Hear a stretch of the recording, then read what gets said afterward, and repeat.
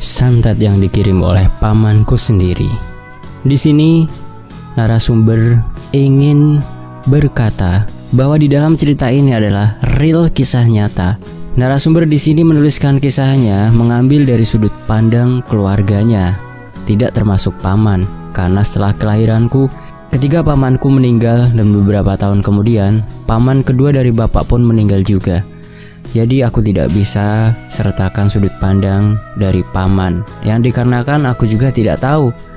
Untuk soal motif santetnya ini karena ingin menguasai keseluruhan harta warisan, cuma itu yang aku tahu. Dan sebelum masuk ke ceritanya, mari kita berdoa bersama-sama. A'udzu bikalimatillahit tammati min syarri ma khalaq. Bismillahirrahmanirrahim. Asma'i syai'un fil ardi wa la fis sama' wa huwas samiul alim. Allahumma sholli ala sayyidina Muhammad sallallahu alaihi wasallam. Ini dia selengkapnya, dikirim santet oleh paman sendiri.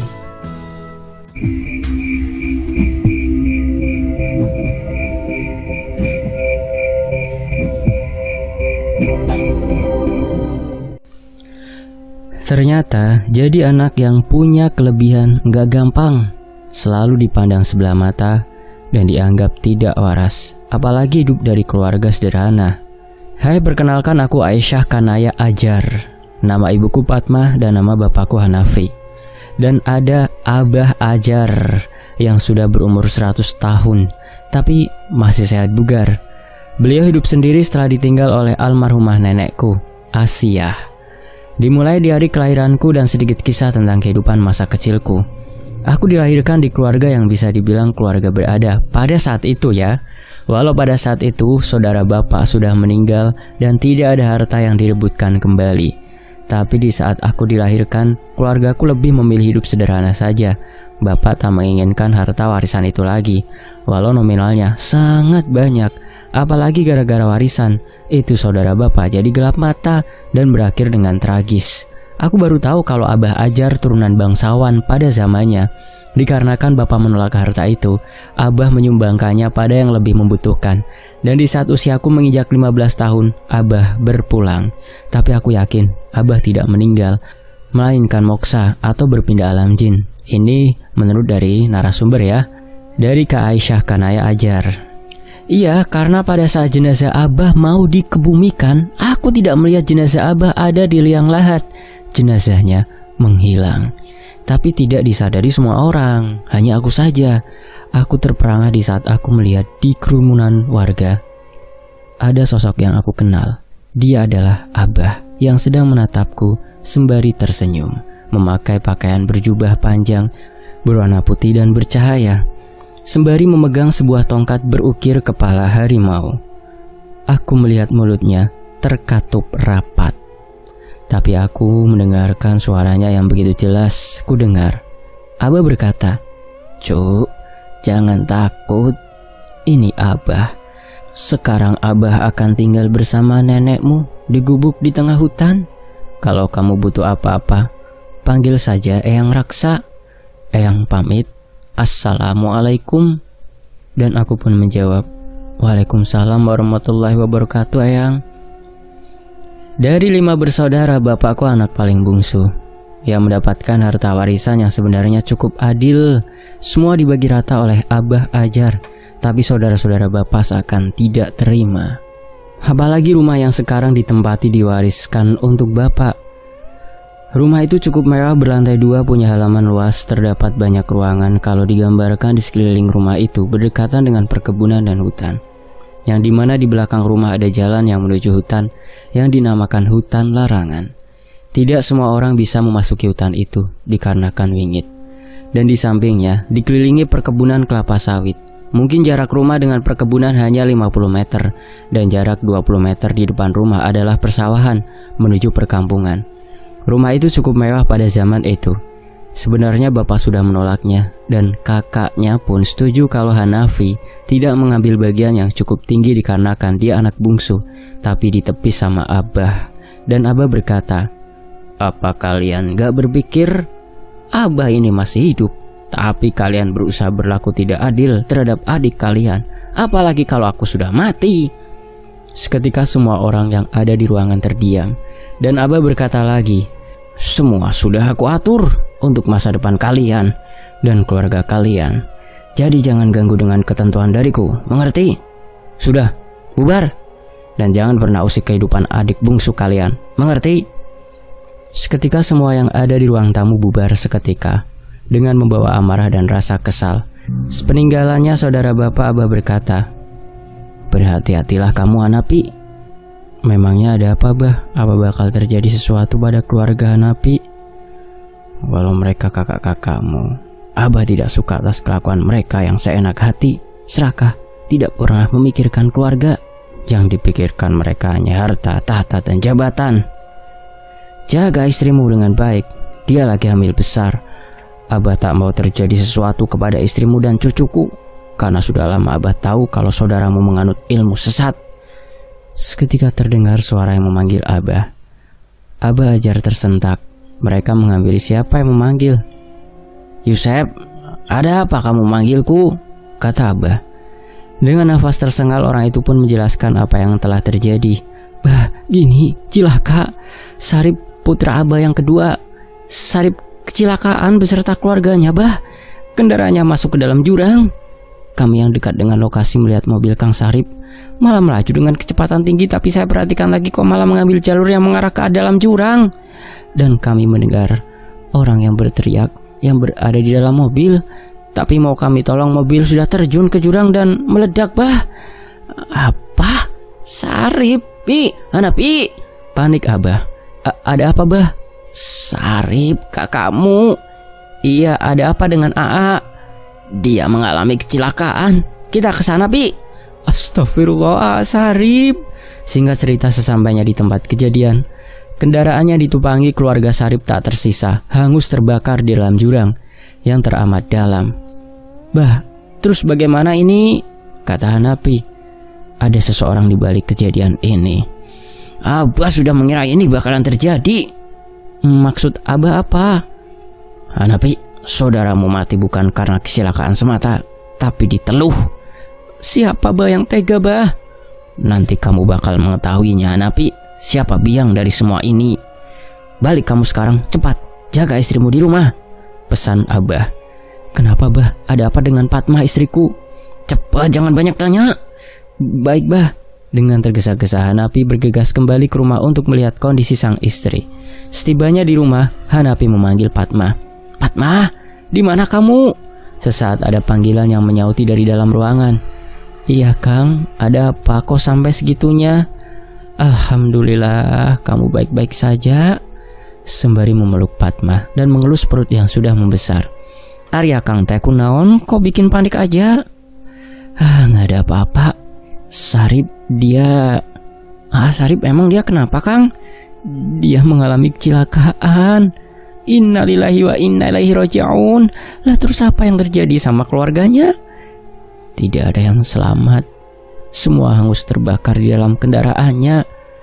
Sementara itu, seketika Abah datang dan menyuruh Hanapi dan Fatma bergegas pergi dari rumah. "Tapi Bah, kita pergi kemana? Kita nggak punya tempat tinggal." "Kalian harus pergi, selamatkan Fatma dan bayimu. Mereka mengincar anakmu sekarang." "Apa? Anakku, Bah? Kenapa? Apa yang diinginkan dari anakku?" "Tidak ada waktu untuk menceritakannya, Hanapi." "Tidak, Bah, kita tidak akan pergi, Bah." "Ngeyel, Abah suruh kamu pergi." "Hanapi, mereka akan menjadikan anakmu sebagai tumbal." Tumbal? Tumbal apa, Bah?" "Salah satu saudaramu menginginkan kesaktian dan kekayaan. Dia bersekutu dengan iblis, dan iblis itu menginginkan janin yang berada di kandungan istrimu." "Tapi kalau kita pergi, Abah nanti gimana, Bah?" "Jangan pikirkan Abah, pikirkan keselamatanmu, istri, dan calon anakmu. Cepat, tidak ada waktu lagi. Kalian harus pergi. Masuklah ke dalam hutan."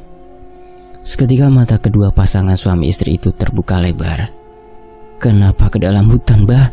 Bukankah itu terlalu berbahaya? Lagian ini kan masih bulan Suro, bulan larangan masuk ke dalam hutan. Di sana terdapat banyak sosok, Bah." Abah pun menimpali. "Di sini lebih bahaya, Hanapi. Setidaknya tidak di dalam hutan. Di sana kalian bakalan menemukan sebuah gubuk di tengah hutan.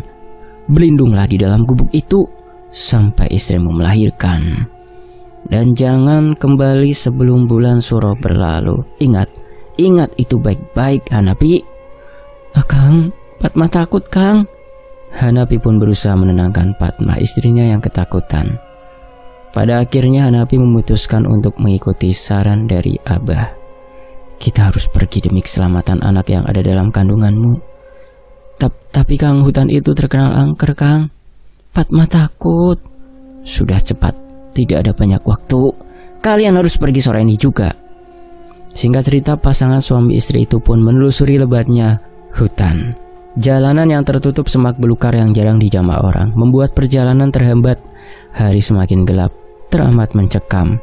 Gelap semakin terasa, cahaya rembulan seakan tak dapat membantu menerangi saking rimbunnya pepohonan.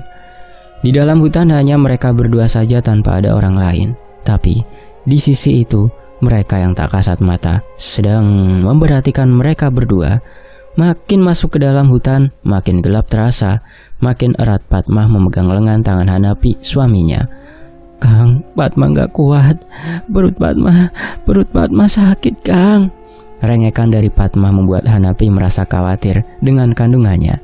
Dengan nafas tersengal-sengal, keringat membanjiri pakaian yang dikenakan di tubuh Padma. Bertahan, sebentar lagi kita sampai tujuan. Mau Akang gendong? Enggak, Kang, Padma sudah gak kuat lagi berjalan. Ya sudah, kita beristirahat dulu di sini, di bawah pohon ini. Tapi apa tidak bahaya, Kang? Di sini gelap tanpa penerangan. Di sekeliling kita hanya pepohonan dan semak belukar. Apa tidak ada hewan buas, Kang? Padma takut. Lebih baik kita berwirid, berzikir, mengingat, dan meminta pelindungannya. Sementara itu samar-samar terdengar auman harimau. Astagfirullah, Kang, itu suara apa? Semakin erat Padma memeluk sang suami. Saking ketakutannya, dengan tubuh yang bergetar, menahan rasa takut. Cepat kita bergegas pergi dari tempat ini. Tanpa mereka sadari, dari tadi pohon yang mereka pakai untuk beristirahat terdapat sosok-sosok tak kasat mata yang bertengger di ranting pohon yang sedang asyik melihat mereka berdua. Tetapi Hanafi maupun Padma tidak menyadarinya. Dan sosok-sosok itu pun seolah mereka tak bisa mendekati pasangan suami itu dikarenakan adanya sosok harimau yang selalu mengawasi dan menjaga pasutri tersebut. Makanya auman harimau tadi supaya Padma dan Hanapi supaya segera bergegas pergi dari pohon itu. Dan tentunya bukanlah harimau biasa. Harimau ini ditugaskan untuk menjaga dan melindungi keturunan yang masih di dalam rahimnya Padma. Singkat cerita, tak terlalu jauh di depan sana Hanapi melihat sebuah gubuk yang berdiri dengan kokoh. Gubuk itu terang dengan cahaya obor di pelataran. Kalau digambarkan, gubuk ini seperti rumah panggung yang beranyamkan bambu bilik dan terdapat jendela kecil di depan rumahnya. Ada tanjakan yang harus ditaiki sebelum masuk ke dalam rumah gubuk itu. Aneh, di tengah hutan ada satu gubuk yang berdiri kokoh. Siapa yang tinggal di sini di tengah hutan? Kang, apa ada orang di gubuk itu? Entahlah, Akang juga nggak tahu. Padma menahan rasa sakit di bagian perutnya sembari mengaduh. Kenapa, apa ada yang terluka? Kata Hanapi. Perutku, Kang, mules. Sakit. Apa? Terus kita harus gimana? Ya udah, lebih baik kita masuk ke gubuk itu. Kita cari bantuan. Baik, Kang. Sesampainya di depan gubuk, akhirnya setelah beberapa kali manggil sang empunya, namun tak ada jawaban. Hanya hening yang dirasakan, bagaikan tak berpenghuni. Kang, apa kita masuk saja? Padma udah gak kuat, Kang. Padma, kakimu itu kenapa berdarah? Seketika Padma pun terkejut. Kurasa keluar dari jalan lahir, Kang. Padma akan melahirkan di malam ini. Kang, Padma takut. Akang rasa gubuk ini tidak berpenghuni. Kita masuk ke dalam setelah mendorong pintu yang ternyata tidak terkunci. Hanapi membopong Padma untuk segera masuk. Dan Hanapi terperangah melihat ke dalam ruangan yang begitu terawat, bersih. Ada beberapa pencahayaan di ruangan itu. Dan yang lebih tak masuk akal, Hanafi menemukan makanan lezat dan pakaian lengkap untuk bayi. Dan Padma pun berucap, Kang, apa ini disiapkan Abah untuk kita? Entahlah, Akang juga nggak tahu. Sebelumnya Abah tidak memberitahu Akang. Ya sudah, kamu berbaring di tikar itu. Akang mau cari sesuatu dulu. Cari apa, Kang? Pawon, untuk mengambil air hangat. Setelah melihat kondisi di dalam gubuk, akhirnya Hanapi menemukan yang dicari. Tapi tunggu, ada seorang wanita paruh baya yang sedang merebus air di atas tungku. Hanapi terus menatap wanita itu yang masih memunggungi dirinya. Dan pada akhirnya si wanita itu pun berbalik menatap ke arahnya. Wanita itu pun berkata, "Kamu sudah datang?" Dengan suara gugup Hanapi pun menjawab, Iya Nyai. Maaf, saya telah lancang memasuki gubuk Nyai. Istri saya mau melahirkan, Nyai." "Ya, saya sudah tahu. Biar saya yang membantu proses kelahiran anakmu." "Dari mana Nyai tahu kalau kami akan kemari?" "Abah Ajar yang memberitahu." Samar-samar terdengar lenguhan kesakitan dan teriakan yang dimana istri dari Hanapi sedang menahan rasa sakit yang teramat sangat. "Itu Fatma. Ini sudah saatnya. Bawa air hangat itu." "Baik Nyai." Dan bergegaslah Hanapi membawa yang disuruh oleh wanita itu. Setibanya di ruang yang dimana Fatma berbaring, dan Fatma pun berkata, "Kang, siapa dia, Kang?" "Gak usah khawatir, aku yang akan membantumu. Namaku Nyai Anjar." Sembari meringis Fatma berucap, "Terima kasih Nyai." Hanapi bergumam, "Tunggu, Nyai Anjar? Bukankah dia adalah ibu?" "Ini bukan waktu yang aku menyelesaikan semua rasa penasaranmu, Pi. Ini waktunya mengurus kelahiran istrimu." Di mana proses kelahiran anak pertama dari pasangan tersebut sungguh di luar dugaan. Malam semakin mencekam. Terdengar suara anjing hutan saling bersautan. Bau busuk semakin pekat tercium oleh hidung. Letusan tiap letusan semakin menggema. Terasa bumi bergoncang. Dan Hanapi berkata dengan wajah paniknya, "Apa itu Nyai? Ledakan apa? Sebenarnya apa yang terjadi di luar sana?" "Yang kau dengar adalah santet kiriman, Pi. Dari saudaramu sendiri. Untuk melenyapkan anak istrimu. Mereka mengirim puluhan atau lebih sosok-sosok yang sekarang berada di luar sana. Sehingga bau busuk bangkai itu teramat pekat menyeruak ke dalam gubuk." Tidak mungkin itu Nyai." "Jika kau tak percaya, kau boleh lihat. Tapi ingat, kau tak usah membuka pintu itu. Cukup di sela rotan yang ada di hadapanmu saja." "Baik Nyai." Hanapi saking penasarannya dia pun memutuskan untuk melihat situasi di luar sana. Alangkah terkejutnya, Hanapi sampai tak bisa bernapas setelah apa yang dia lihat. Puluhan atau lebih sosok pocong sedang mengelilingi gubuk ini. Dengan wajah tak berbentuk, kain kafan yang lusuh, mereka melayang-layang mengitari gubuk yang kami tinggali. Dan bukan hanya itu, beberapa banaspati pun melesat dengan cepat, mencoba menyambar dan menghantamkan gumpalan api yang berkobar ke arah gubuk ini. Akan tetapi selalu meleset. Sebelum mendarat, banaspati itu meledak sampai terdengar dentuman di atas langit. Belum lagi ditambah suaranya kuntilanak yang saling bersautan. Malam semakin mencekam. Ditambah Fatma masih berjuang untuk melahirkan. Aku mencoba menghiraukan dengan apa yang barusan aku lihat.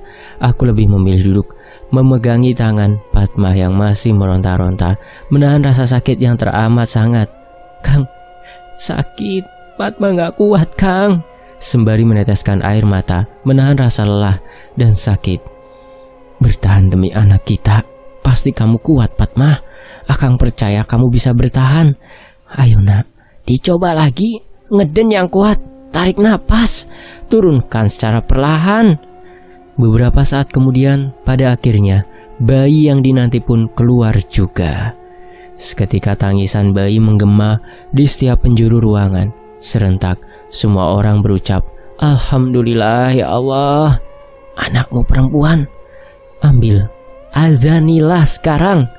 Hanapi mengambil bayi yang baru dilahirkan itu dan mengazaninya sembari bercucuran air mata.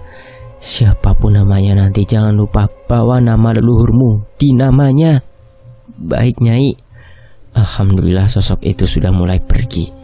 Sedikit penjelasannya, sang bayi sedang diincar untuk dijadikan tumbal dari pamannya sendiri, yaitu kakak kandung dari Hanapi.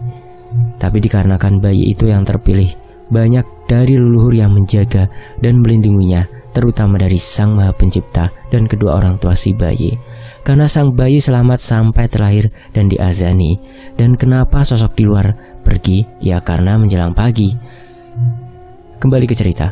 Setelah azan dikumandangkan, hawa ruangan yang tadi pengap mencekam berubah sangat sejuk. Bau busuk pun menghilang, suara keributan itu pun lenyap. Seketika hening.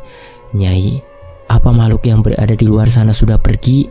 Nyai hanya menganggukkan kepalanya saja. Dan Hanapi masih penasaran dengan keberadaan Nyai Anjar. Ya, itu adalah ibunya sendiri, Asiah, yang sudah lama meninggal.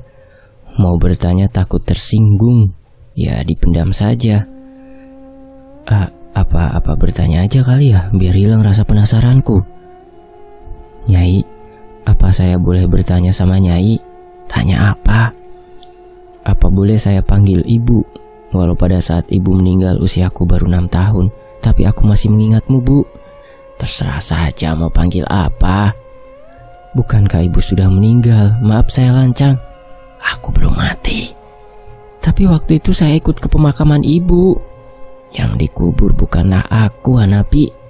Aku termasuk abahmu dan leluhur kamu mempunyai sebuah ilmu untuk berpindah alam dengan artian moksa, supaya kami bisa menjaga keturunan yang bakal lahir ke dunia, terutama keturunan yang dipilih dan tidak sembarang keturunan.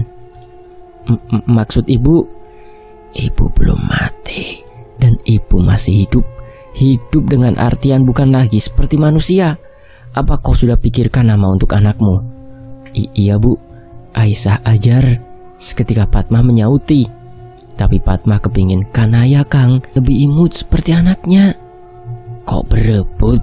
Soal nama satuin saja. Maksud ibu Aisyah Kanaya Ajar? Singkat cerita pun waktu pun berlalu. Sudah seminggu Hanapi tinggal di gubuk tersebut. Ini sudah waktunya kalian kembali. Biar aku yang mengantar keluar dari hutan, kata Ibu Anjar. Baik, Bu, saya manut saja. Seketika Padma melihat sosok harimau dan tersentak kaget karena jarak yang teramat dekat, sekitar 7 meter darinya, dan berkata, Kang, itu ada apa? Ada apa, Padma? Ujar Hanapi. Dan Nyai Anjar berkata, tidak usah takut.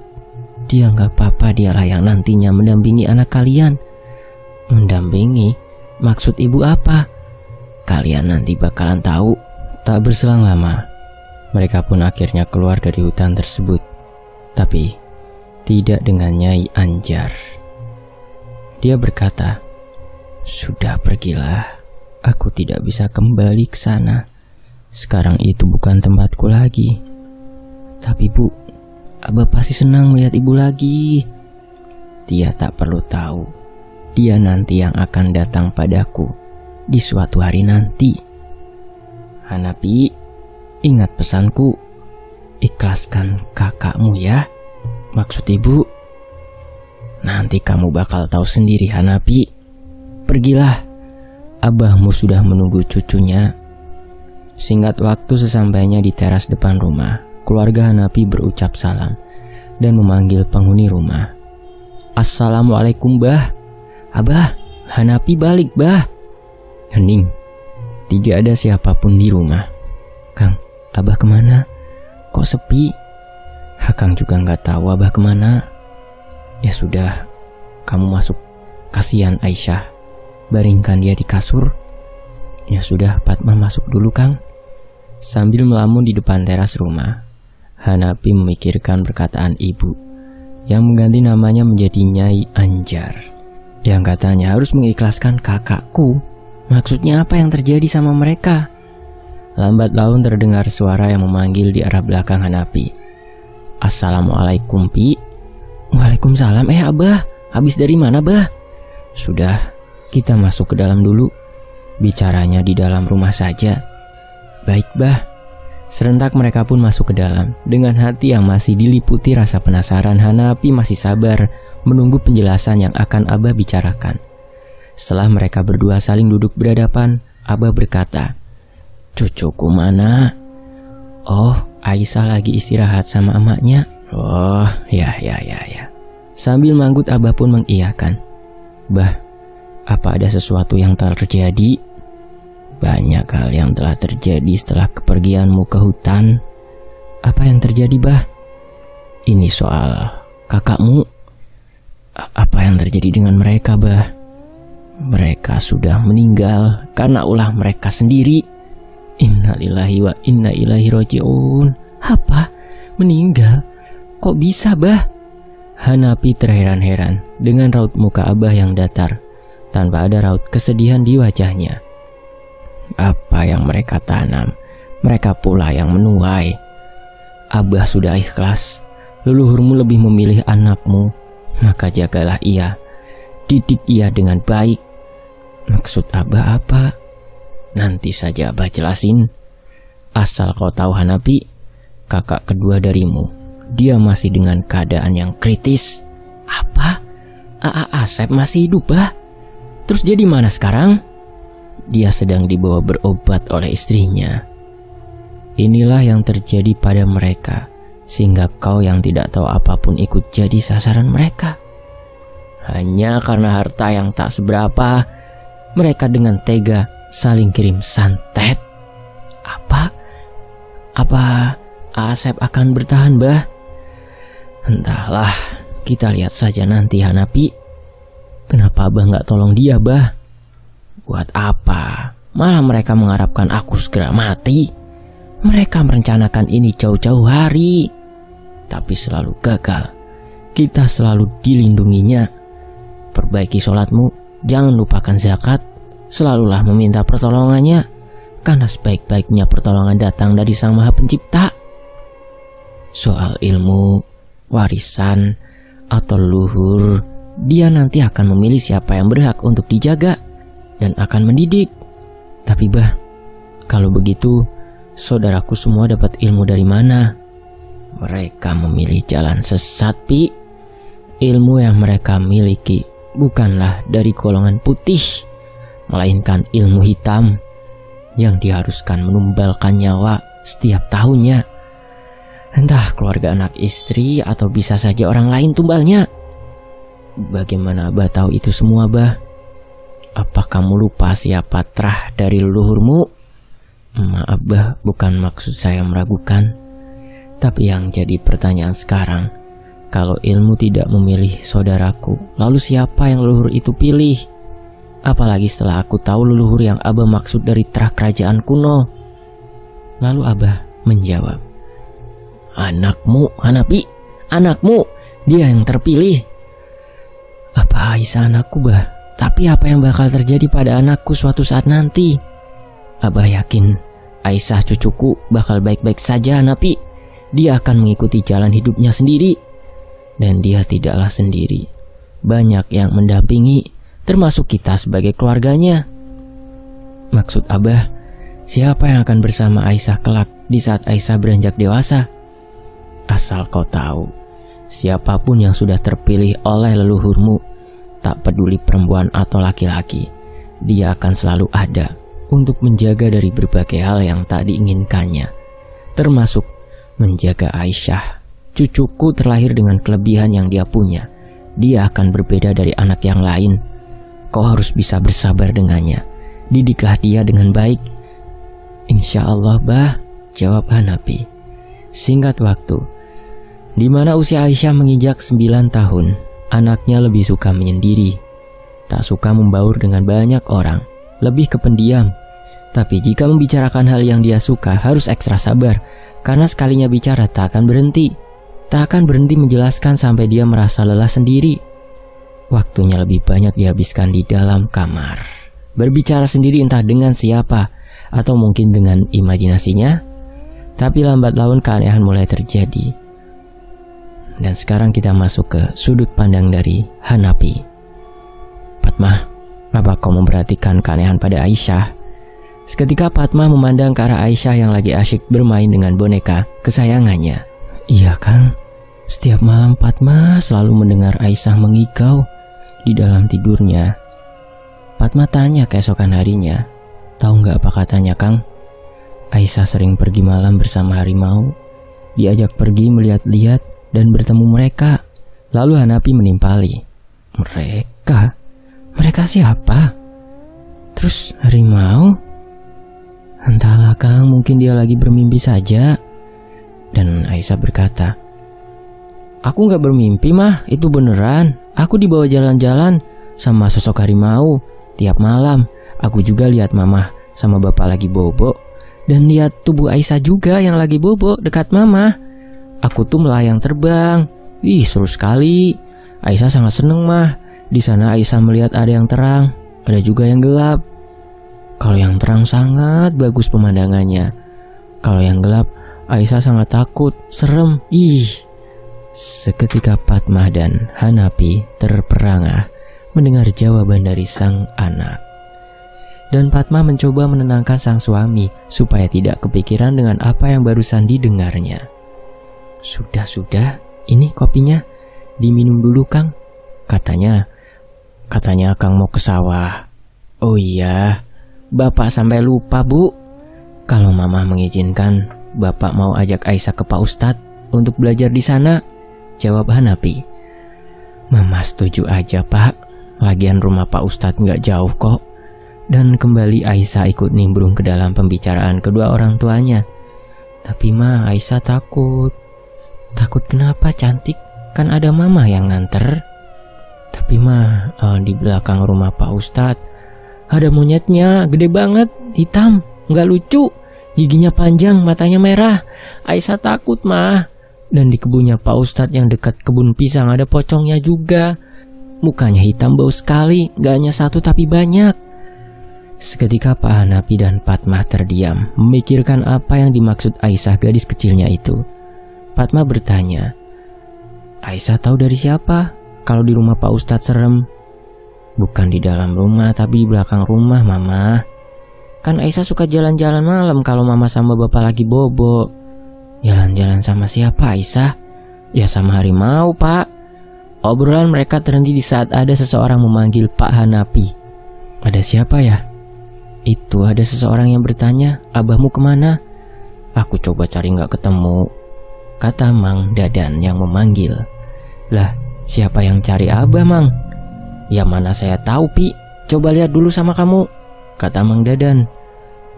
Orangnya di depan rumah abah, lanjut Mang Dadan. Ya sudah sebentar. Bergegas Pak Hanapi menghampiri seseorang itu, dan ternyata istri dari kakak kedua Pak Hanapi. Teteh, ada apa Teh? Teteh kepingin minta maaf sama kamu Pi dan keluarga kamu atas apa yang dilakukan suami Teteh, yaitu kakak kandungmu. Saya bagaimana kabar dia Teh sekarang? Kabar buruk Pi. Sekarang hidupnya hidup enggan, mati juga enggak mau. Makanya Teteh kesini mau minta bantuan sama abah supaya abah mau memaafkan kesalahan suami Teteh. Kasihan, selama 9 tahun hidupnya tersiksa dengan penyakit yang Teteh juga nggak tahu. Dengan perut makin hari makin membesar Hanapi. Sekujur tubuh mengeluarkan cairan yang berbau busuk. Harta kami pun habis tak tersisa hanya untuk kesembuhan kakakmu. Tapi semua yang sudah kami usahakan seakan tak ada gunanya Pi. Tolong Teteh. Teteh sudah mentok, tidak tahu harus mau ngapain. Sekarang Asepnya di mana Teh? Dia di dalam mobil Pi. Serentak Pak Hanapi menghampiri mobil yang terparkir di halaman rumah dan membukanya. Seketika bau busuk menyeruak ke dalam hidung terasa pahit. Astagfirullahaladzim. Kenapa bisa begini Teh? Lalu Pak Hanapi meminta tolong kepada seseorang yang tadi memanggilnya, dan meminta tolong juga kepada sang sopir untuk membantu mengangkat tubuh yang sudah tak berdaya itu masuk ke dalam rumah. Pak Hanapi melihat raut wajah yang kebingungan, seakan enggan dikarenakan bau yang teramat sangat menyengat. Aku mohon, tolonglah bantu aku untuk membawanya ke dalam. Seketika terucap, baiklah, walau agak terpaksa, karena mengingat kebaikan Abah Ajar. Jadi mau tidak mau mereka pun membantu Pak Hanapi. Setelah kakak dari Pak Hanapi dibaringkan di ruang tamu, seketika Abah datang dengan raut muka yang tak bisa diartikan. Terlihat sorot mata yang tajam, dipenuhi rasa kesal terhadap anak kandungnya sendiri. Pak Hanafi mencoba menenangkan Abah dengan menggenggam tangan dan berkata, "Sudahlah Bah, gak baik terus mendendam. Kakak sudah dapat balasan atas apa yang dia lakukan. Setidaknya Abah cukup memaafkannya, biar kakak tidak tersiksa lebih lama lagi. Kasihan Bah." Sembari meneteskan air mata, Pak Hanafi terus berkata, "Bah, gak baik terus begini Bah." Seketika Abah menghela nafas berat. Dan dengan perlahan Abah pun menghampiri A. Asep. Dan A. Asep pun melihat Abah dengan mata terbelalak dengan mulut terbuka dan suara tercekat. Air mata pun menetes seakan sedang berucap meminta maaf kepada Abah. Dan Abah berkata, "Pergilah, aku sudah memaafkanmu Asep. Sebelumnya aku akan berusaha mengeluarkan ilmu hitammu dulu." Dan Abah pun berusaha mengeluarkan benda yang berada di keningnya. Setelah beberapa saat, keluarlah susuk berlian dari wajah Kang Asep. Dan Abah meraba di tiap bagian tubuh yang berasa energinya sangatlah kuat. Beberapa susuk telah Abah keluarkan dan berpindah ke bagian perut. Tapi sangat disayangkan, sebelum Abah mengeluarkan benda yang berada di dalam perut, perut itu meletus, memuncratkan banyak darah dengan aroma busuk yang teramat busuk, dan mengeluarkan semua organ yang berada di dalam perutnya. Tanpa mereka sadari, Aisyah sedang memandangi kejadian itu di depan matanya. Gadis kecil itu sedang berdiri di depan pintu dengan mata yang terbelalak kaget. Teriakan menggema di ruangan tersebut. Istri dari A. Asep berteriak histeris sebelum ia terjatuh pingsan, tak sadarkan diri. Fatma yang mengikuti Aisyah dari belakang, sesampainya di depan pintu pun dia ambruk seketika tak sadarkan diri. Orang yang menyaksikan kejadian ini ketakutan, berhamburan keluar, dikarenakan tak sanggup menyaksikan hal setragis ini, dan mencoba memanggil Pak Hanafi dikarenakan istrinya tergeletak di lantai di depan pintu. "Pak Hanafi, istrimu," kata Mang Dadan. Beberapa kali orang itu memanggil Pak Hanafi, tetap tak ada jawaban dan mereka memilih untuk pergi saja. Pak Hanafi tetap pada posisinya yang tak bergerak, terdiam, terpaku dengan kejadian ini, dan seolah tak mendengarkan panggilan itu. Abah yang seluruh tubuhnya berlumuran darah terduduk lemas dan melihat cucunya Aisyah. Seketika Abah berteriak menyadarkan Pak Hanafi, "Hanafi, bawa anakmu pergi, cepat!" Barulah Pak Hanafi tersadar dari rasa kagetnya. Seketika berbaliklah melihat ke arah pintu. Ternyata di sana sudah ada Aisyah, dan di belakangnya masih terbaring Fatma. Dikarenakan kedua orang tadi enggan membantu karena rasa takut yang teramat sangat, mereka lebih memilih pergi dan memberitahukan kejadian ini kepada ketua RT dan mencari bantuan. Pak Hanafi berkata, "Asyah, Fatma, ya Allah, sayang Asyah." Dielus wajah imutnya, tetap tak merespon ucapan bapaknya. Gadis kecil itu terpaku menatap lurus ke arah di mana mayat dari sang paman berada. Lebih tepatnya di atas mayat itu, Aisyah melihat sosok yang sangat menyeramkan di pandangannya. Gumpalan asap hitam pekat, tapi yang terlihat hanya bagian kepalanya saja wujudnya, yang mengeluarkan api yang menyala-nyala dengan mata besar yang sedang menatap ke arah Aisyah. Dengan seringaian mencuat gigi taring yang tajam, seakan siap untuk memangsa targetnya. Dengan nafas tersengal-sengal, Aisyah masih terus menatap sosok itu yang masih berdiri di depan pintu masuk. Pak Hanafi mencoba membangunkan istrinya, tapi tak berhasil. Pak Hanafi melihat istri Asep pun sama kondisinya, seperti Fatma, masih tak sadarkan diri, terbaring. Melihat Abah bergegas ke kamar mandi untuk membersihkan diri dari darah yang sangat bau itu, tak luput melihat sekeliling jenazah darah dan organ yang berserakan, membuat Pak Hanafi merasa mual dan pusing. Orang yang tadi belum datang juga. Pak Hanafi masih berusaha menyadarkan Aisyah yang masih terpaku menatap sosok yang ada di atas mayat A.A. Asep. "Aisyah, ini anak bapak kenapa? Sadar nak." Pak Hanafi kebingungan. Di sisi lain istrinya tak sadarkan diri. Di sisi lain Aisyah masih terdiam mematung. Entah apa yang terjadi padanya. Badan mungilnya ditarik supaya duduk di pangkuan bapaknya. Pas badan Aisyah mau ditarik, Pak Hanafi merasakan ada keanehan kepada Aisyah. Dia terus berdoa dalam hati semoga bantuan cepat datang. Sementara itu kita masuk dari sudut pandang Aisyah. Sosok itu terus menyeringai tertawa. Mangsa yang selama ini dinantikan sudah berada di depan mata, siap untuk dieksekusi. Anak yang dulu sempat dijanjikan untuk dijadikan tumbal oleh tuanku yang dungu. Sekarang dia mati di tanganku juga karena tumbalnya gagal. Dia berikan kepadaku. Ya itu, kau yang dijadikan tumbal, gadis manis. Dan sekarang kau sudah berada di depanku. Gadis yang memiliki darah biru dan kelahirannya istimewa. Darahmu wangi. Banyak makhluk lainnya mengincarmu. Sebelum itu terjadi, lebih baik ku santap habis dirimu untuk menambah energiku. Seketika sosok itu melesat dengan cepat ke arah Aisyah yang masih berdiri di depan pintu. Dengan mata terbelalak Aisyah ingin menjerit, tapi entah apa yang terjadi seakan mulutnya keluh, tak bisa berkata apa-apa. Sebelum sosok itu menyentuh Aisyah, beberapa cahaya putih kebiruan melesat menghentikan aksi sosok itu.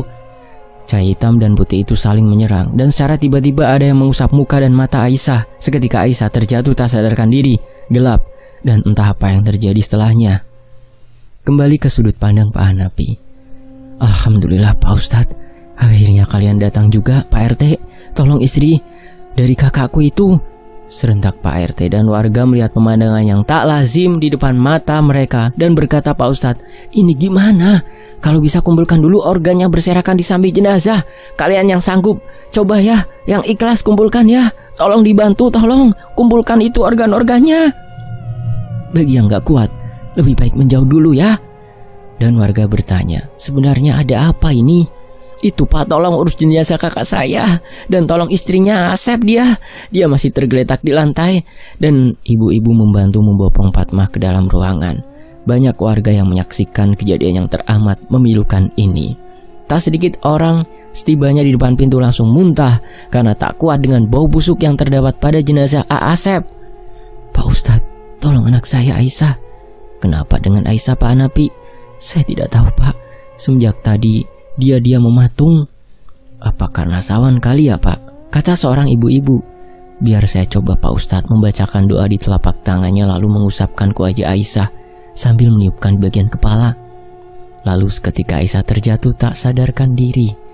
Bawa pulang Aisyah, jangan dibiarkan di sini, tidak aman untuknya. Kurasa ada yang mengincar Aisyah. Pak Hanafi sangat terkejut. Maksud Pak Ustadz? Lebih baik dibahas nanti saja. Kita urus dulu jenazahnya Kang Asep. Gak baik dibiarkan seperti ini. Baik Pak Ustadz. Singkat cerita, pemakaman pun telah selesai. Sekitar jam 4:30 sore. Kembali ke sudut pandang Aisyah. Kondisiku pada saat itu masih terbaring lemas di ruang tengah di rumahku seorang diri karena bapak sama mama pergi ke rumah Abah untuk mengadakan tahlilan untuk mendoakan pamanku, Paman Asep. Dan aku mulai terbangun di waktu surup. Aku membuka mata menatap ke atas plafon. Pandanganku masih buram dan kepala masih berdenyut. Sembari pandangan masih menatap ke atas, aku merasakan kalau aku gak sendirian di ruangan ini. Bau kapur barus menyengat di hidung. Serasa kepala makin pusing. Aku mulai bertanya, ada siapa di samping kiriku? Karena aku melihat di ujung ekor mataku ada seseorang yang berbaring menghadapku dengan kain putih yang terikat. Aku memanggil mama dan bapak, tapi mulutku terasa keluh. Napas mulai terasa sesak, keringat mulai bercucuran. Tapi aku penasaran, siapakah yang berbaring di sampingku? Akhirnya aku beranikan diri untuk berbalik melihatnya. Tapi sayang, aku menyesalinya setelah aku tahu siapa yang berada di sampingku. Sosok pocong. Wajah kami saling bertatapan dengan jarak 2 jengkal. Teramat jelas di mataku. Dengan muka pucat terdapat luka yang menganga di bagian pipi kiri. Luka yang sangat panjang sampai ke mulutnya. Dan bola mata yang putih dengan mulut terbuka lebar berwarna hitam menyeringai, mengeluarkan belatung yang sangat banyak. Mulai tercium bau busuk yang teramat sangat di saat pocong itu berkata, "Buka tali pocongku, tolong buka." Seketika ada yang membangunkanku dari rasa takut yang teramat sangat. "Aisyah sayang, bangun nak, kamu gak apa-apa kan nak?" Dan seketika aku tersadar. "Mama, Aisyah takut ma." dan Mama mulai memelukku dengan erat sambil mengelus punggungku untuk memberikan ketenangan. Mama berkata, "Jangan takut ya sayang, Mama selalu ada untukmu Aisyah." Beberapa hari kemudian aku selalu didatangi oleh sosok pocong itu. Sampai suatu ketika, di sore hari di saat aku mau pergi mengaji, aku ditampakin lagi. Sampai-sampai aku kocar-kacir saking ketakutannya. Dan tanpa sengaja aku menubruk Pak Ustadz yang kebetulan beliau juga mau ke musola. "Astagfirullahaladzim Aisyah, kamu kenapa kok seperti ketakutan seperti itu?" Aku hanya terdiam membisu sambil menggelengkan kepalaku. Karena percuma kalau aku cerita, gak bakalan ada yang percaya. Ini bukan kali pertama setiap aku bersemangat untuk menceritakan kepada mereka suatu hal yang menurut mereka mustahil. Dan sering juga aku diejek, dibilang halu, stres, gak waras. Ya seperti itulah yang mereka ucap. Membuat aku lebih suka menyendiri, main sendiri, gak punya kawan, dan lebih baik diam tanpa harus mereka tahu apa yang aku lihat. Pak Ustadz masih dengan kebingungan. "Aisyah, kenapa diam saja? Apa kamu baik-baik saja?" "Pak Ustadz, Aisyah mau ke musola dulu." "Oh ya sudah, ayo bareng saja." Sambil berjalan bareng bersama Pak Ustadz, aku terus menoleh ke belakang. Apa pocong itu masih ada? Ternyata masih. Dia belum beranjak dari tempatnya, dengan posisi melayang dengan jarak 1 meter dari tanah. Pocong itu terus menatapku, dan Pak Ustadz berkata, "Sudah, jangan dilihatin terus, nanti sosoknya makin usil sama Aisyah loh." Seketika mataku membulat karena gak percaya kalau Pak Ustadz juga bisa melihat sosok itu. Dan Pak Ustadz hanya tersenyum dan berkata, Ayo, nanti keburu maghrib di jalan." Sementara itu waktu menunjukkan jam 8 malam. Satu persatu temanku sudah pada membubarkan diri masing-masing untuk bergegas pulang ke rumah. Hanya aku yang masih terdiam di dalam musola. Seketika Pak Ustadz menghampiriku yang masih terdiam sambil menunduk. "Aisyah kenapa belum pulang? Apa perlu Bapak antarin? Apa kamu masih takut sama sosok yang tadi?" "Apa Pak Ustadz bisa melihatnya Pak?" "Iya Bapak bisa melihatnya. Kamu tak perlu takut. Lebih takutlah kepada Allah yang menciptakan semua makhluk di bumi ini." Tapi sosok itu selalu berkata, "Tolong lepaskan tali pocongnya Pak." Dan selalu muncul secara tiba-tiba. Aisyah kesal Pak Ustadz, selalu diikuti terus. Tali pocong? Maksud Aisyah sosok itu minta tolong dilepas tali pocongnya? "Iya Pak Ustadz, dan aku gak tahu itu sosok siapa. Tapi sepertinya Aisyah pernah lihat wajahnya sewaktu di rumah Abah pada saat itu." "Di rumah Abah Hajar maksud Aisyah?" ujar Pak Ustadz. "Iya Pak Ustadz, pas waktu itu Aisyah pingsan." "Apa jangan-jangan pocong itu korin dari almarhum Kang Asep?" "Maksud Pak Ustadz paman Aisyah gitu?" "Belum yakin juga. Ya sudah, ayo balik dulu biar Bapak yang anterin. Nanti kedua orang tuamu nyariin." Dan pada akhirnya aku pulang diantar sama Pak Ustadz. Setibanya di depan rumah aku melihat seekor kucing besar. Bukan, melainkan seekor harimau yang sangat besar, yang sedang berbaring santai di depan teras rumah dengan jarak 3 meter di hadapanku. Aku melihat muka Pak Ustadz memucat, seperti menahan nafas. Mungkin nahan rasa takut kali. Dan aku berkata, "Jangan takut Pak Ustadz, dia baik kok." "Apa? Maksud Aisyah baik gimana?" Dan aku menghampiri sosok harimau itu dan memeluknya. Yang aku rasakan ketenangan sambil mengelus bulunya yang lebat dan halus. Pak Ustadz hanya terperangah kaget dan tidak percaya dengan apa yang dia lihat. Pak Ustadz mencoba mendekat dan berucap salam, karena ia sadar kalau yang di depannya bukan sosok sembarangan. "Assalamualaikum, maaf bila saya mengganggu. Kalau boleh saya tahu, anjen saha?" "Sing kuring ngaranna Raden Abbas Sanjaya. Kuring di dieu saukur ngaping, kanu jadi katurunan kuring." Kalau diartikan seperti ini, "Namaku Raden Abbas Sanjaya. Aku di sini cuman menemani keturunanku saja." "Oh mohon, kalau gitu saya mohon undur diri," kata Pak Ustadz. Tunggu. Kalau bisa, bongkar kembali makam baru itu. Buka dulu tali pocongnya." "Maksudnya makam siapa Raden?" "Sebenarnya kau sudah tahu makam siapa. Lebih baik lakukan sebelum 40 hari. Insya Allah besok saya akan membongkarnya. Terima kasih sudah mengingatkan. Saya pamit. Assalamualaikum. Waalaikumsalam. Aisyah, cepat kamu masuk ke dalam rumah. Raden udah tahu ya kalau Aisyah sering diganggu sama itu pocong. Seketika Raden Abbas Sanjaya tertawa dan merubah wujudnya menjadi sosok yang teramat tampan, memakai baju kerajaan dengan bertelanjang dada. Itulah sosok Raden Abbas. Lalu memakai celana selutut berbalutkan kain sutra di pinggangnya, yang membuat perhatianku tak bisa teralihkan. Kalung emas yang dipakai oleh Raden cukup besar. Ada aksara Sunda kuno di sana. Kenapa lihatnya seperti itu? Aku hanya nyengir saja. Sudah sana masuk. Sudah malam, pergi tidur. Kenapa nggak bantu Aisyah buat ngusir sosok itu? Kamu harus belajar berani. Bukan sosok itu yang seharusnya kamu takuti, tapi Allah Subhanahu wa Ta'ala. Dan aku mendengar derap langkah yang menghampiri gagang pintu. Seketika pintu pun terbuka. Ternyata Mama. Ya Allah Aisyah, kok kamu malah nangkring di situ? Cepat masuk, udah malam. Gak baik anginnya kencang, ntar kamu masuk angin. Iya Mah. Dan aku nengok mencari keberadaan Raden, tapi sudah hilang. Aisyah lagi cari siapa? Enggak Mah. Dan akhirnya aku pun masuk ke dalam rumah. Keesokan harinya, aku sudah mulai kembali masuk sekolah. Sebelum berangkat ke sekolah, aku melihat warga sedang membongkar makam, mungkin untuk membuka tali pocongnya. Tak terasa 2 minggu libur dikarenakan gedung sekolah lagi direnovasi. Pada saat itu aku duduk di kelas 4 SD. Seperti biasa, sambutan yang kurang menyenangkan dari teman-temanku, karena sejak awal mereka seakan menjauh. Ejekan dan hinaan sudah jadi sarapanku di sekolah. Entahlah apa salahku, sehingga aku ngerasa gak betah untuk belajar. Sampai-sampai gak ada satupun yang mau berteman denganku. Dan pada akhirnya, aku lebih memilih menyendiri. Bergegas aku pergi ke belakang sekolah. Pada saat jam istirahat, aku terduduk lemas, menangis, meratapi nasib yang selalu dibuli, dijauhi, tak dianggap ada. Ya, seperti itu aku menggerutu dalam hati, sembari berkata, jahat, kenapa mereka jahat terhadapku? Kenapa mereka gak ada yang mau berteman denganku? Apa salahku? Seketika samar-samar aku mendengarkan suara di belakangku. Aku mau kok jadi temanmu. Dan aku pun berbalik menghadap dirinya.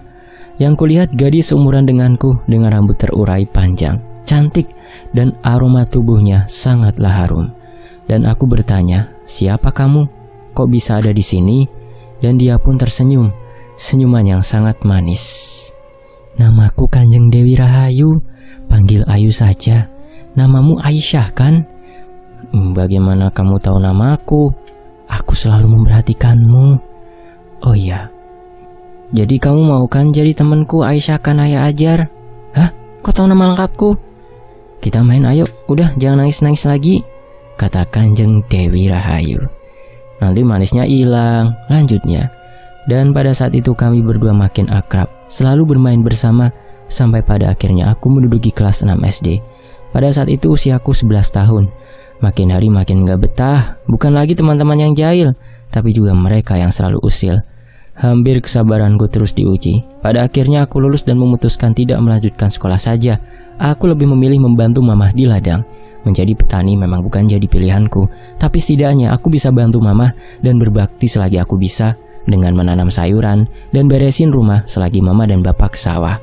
Tentunya ditemani dia, Kanjeng Rahayu, teman beda alamku. Sampai di usia aku 17 tahun dan mencoba memberanikan diri untuk pergi merantau. Sekian, demikianlah sebuah kisah dari Aisyah Kanaya Ajar.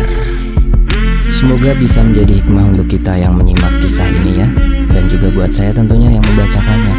Terima kasih Kak Aisyah Kanaya Ajar. Mohon maaf kalau ada salah kata-kata ya yang saya ucapkan. Mohon maaf sekali lagi.